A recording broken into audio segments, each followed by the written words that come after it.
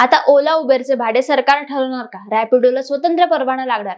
हे सगळे प्रश्न सोशल मीडियावर जोरदार चर्चेत आहेत, कारण महाराष्ट्र सरकारनं नुकतेच मोटर व्हेकल ऍग्रीगेटर रूल्स 2025 तयार केलेले आहे. पण या नव्या ड्राफ्टमध्ये नेमकं काय खरं आहे आणि आज काय वेगळा ड्राफ्ट टॉक आहे, चला सोप्या भाषेत समजून घेऊयात. नमस्कार मंडळी, मी कृतिका आणि तुम्ही बघत आहात ट्रेंडी गप्पा.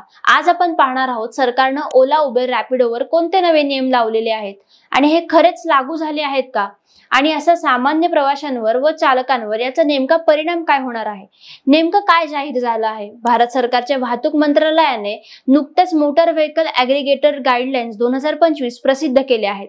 या मार्गदर्शन सूचनांनुसार राज्य सरकारने आता ऍप आधारित कॅब, ऑटो आणि बाईक टॅक्सी सेवकांना परवाना, भाडे व सुरक्षा नियमांखाली आणायचं आहे. आता यामध्ये नमूद मुद्दे असे आहेत की चालक आणि प्रवासी सुरक्षा, विमा, ग्रीव्हन्स सिस्टीम, भाड्याचे नियंत्रण म्हणजे बेस फेअरच्या 50% पेक्षा कमी आणि 2 पट पेक्षा जास्त नाही, driver share app transparency, control room आणि फीडबॅक सिस्टीम. महाराष्ट्रात काय सुरू आहे?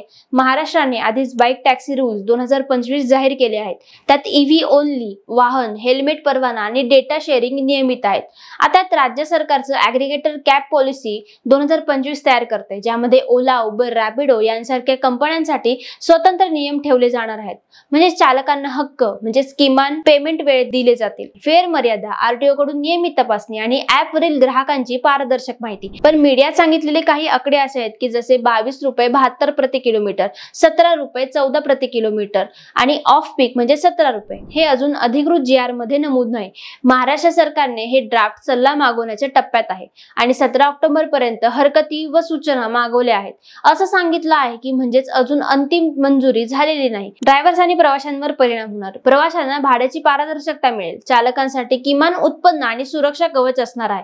परंतु काही नियम लागू झाल्यावर भाड्यात थोडा फरक पडू शकतो आणि कंपन्यांवर स्थानिक आरटीओचं नियंत्रण वाढणार आहे. आता याचा निष्कर्ष नेमका काय आहे? ड्राफ्ट रूल्स अजूनही प्रस्तावित आहेत, म्हणजे अंतिम नियम नाहीत. पण महाराष्ट्र सरकार आणि केंद्र सरकार दोन्ही ऍप आधारित ट्रान्सपोर्टला कायदेशीर चौकटीत आणण्याच्या दिशेने काम करत आहेत. म्हणजेच सध्या तुम्ही वाचत असलेली काही आकडेवारी अंदाज स्वरूपात आहे, पण धोरण मात्र खरोखर तयार होत आहे हे निश्चित आहे. तुमच्या मते ओला, उबर, रॅपिडोवर सरकारी नियंत्रण हवं का, की बाजारानेच भाड ठरवणार?